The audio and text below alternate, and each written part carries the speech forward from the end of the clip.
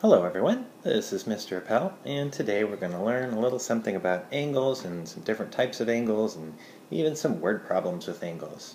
So let's start with some review. You should have these in your notes, but if you're missing any or need to add to them, you'd want to write these down. I'm sure you know what an acute angle is, just any angle that measures less than 90 degrees or anything between 0 and 90. A right angle you should know is 90 degrees exactly. Obtuse is greater than 90 but less than 180. A straight angle you may not have been as familiar with, but a straight angle is just a 180 degree angle. So that's just some review. Hopefully you know those and you have them in your notes. A little bit more review, just remembering how we name angles as we move forward, because this is going to be really important for what we're going to do. How many different ways can we name this angle? The answer is, well, let's see.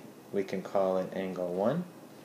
We could call it angle BAC.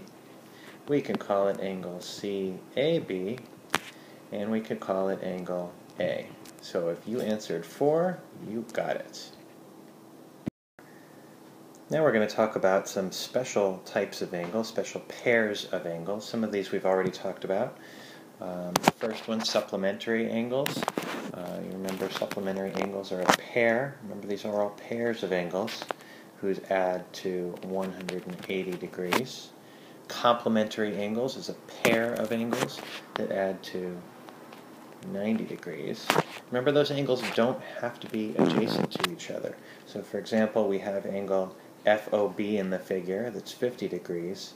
And if I had another angle out here that happened to measure 40 degrees, I'll call that angle J.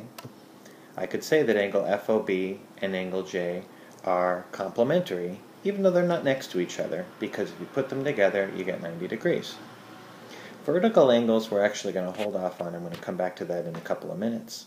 And a linear pair is another way of saying a pair of angles that make a straight line. So it's kind of like supplementary angles.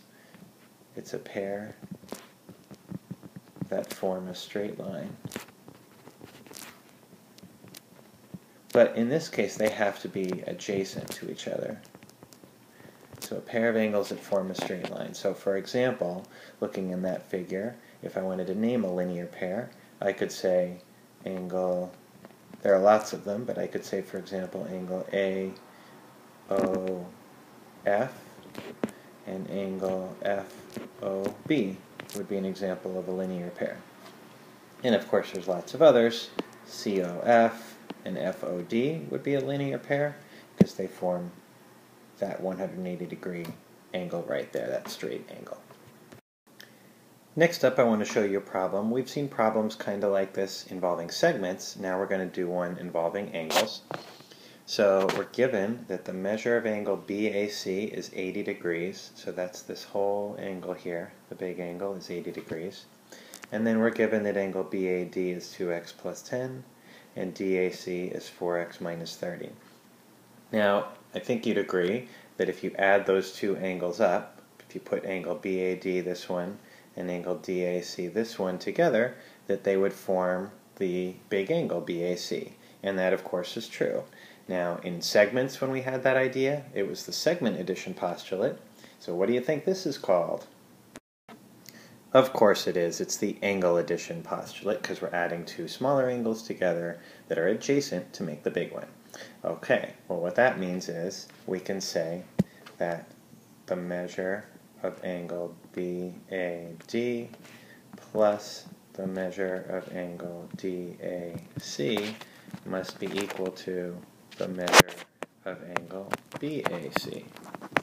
And now we can just plug it in, plug it in. So angle BAD measures 2x plus 10, DAC measures 4x minus 30, and BAC we were given measures 80, and now we've got an equation that we can solve. I'm going to run through that very quickly, but you might want to pause and do it yourself. 6x minus 20 equals 80. 6x equals 100. And dividing by 6 we have x equals 100 over 6,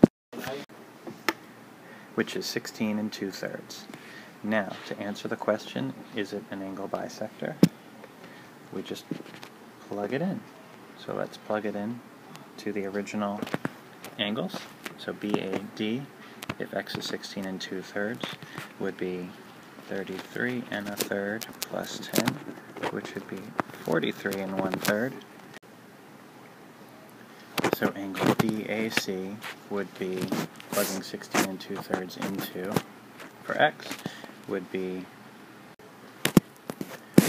66 2/3 minus 30, which would give us 36 2/3. And since those are not equal, we can say the answer is no, that is not an angle bisector. Now let's look at a word problem involving complementary angles. So we know that complementary angles are a pair of angles that add up to 90 degrees. So when I say the complement of an angle, if the angle, for example, is 20, the complement of that angle would be 70. Well, how do you figure that out? Well, just subtract from 90. You would do 90 minus 20.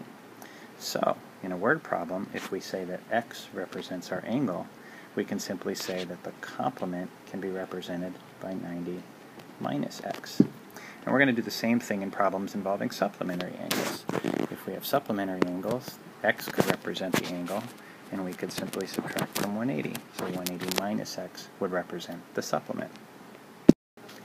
So to set this problem up, it says if the complement of an angle, so we're going to always let x represent the angle, so the complement of the angle would simply be 90 minus x is equals 4 more than the angle. Well, if the angle is x, 4 more than that is x plus 4. And now we simply solve that equation. And we have our solution.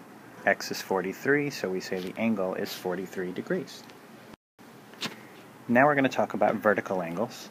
You see a formal definition here of vertical angles that you can write down, but basically the easiest way to think of it is when you have two lines that intersect, they form pairs of vertical angles. So in this example, angle 1 and angle 2 are vertical angles, and angle 3 and angle 4 are also a pair of vertical angles.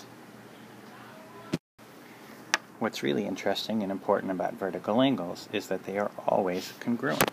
So angle 1 and angle 2 are going to be congruent, and angle 3 and angle 4 are going to be congruent.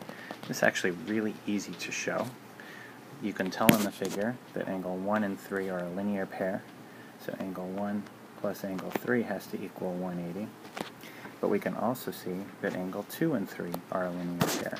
So angle 2 plus angle 3 also has to add up to 180.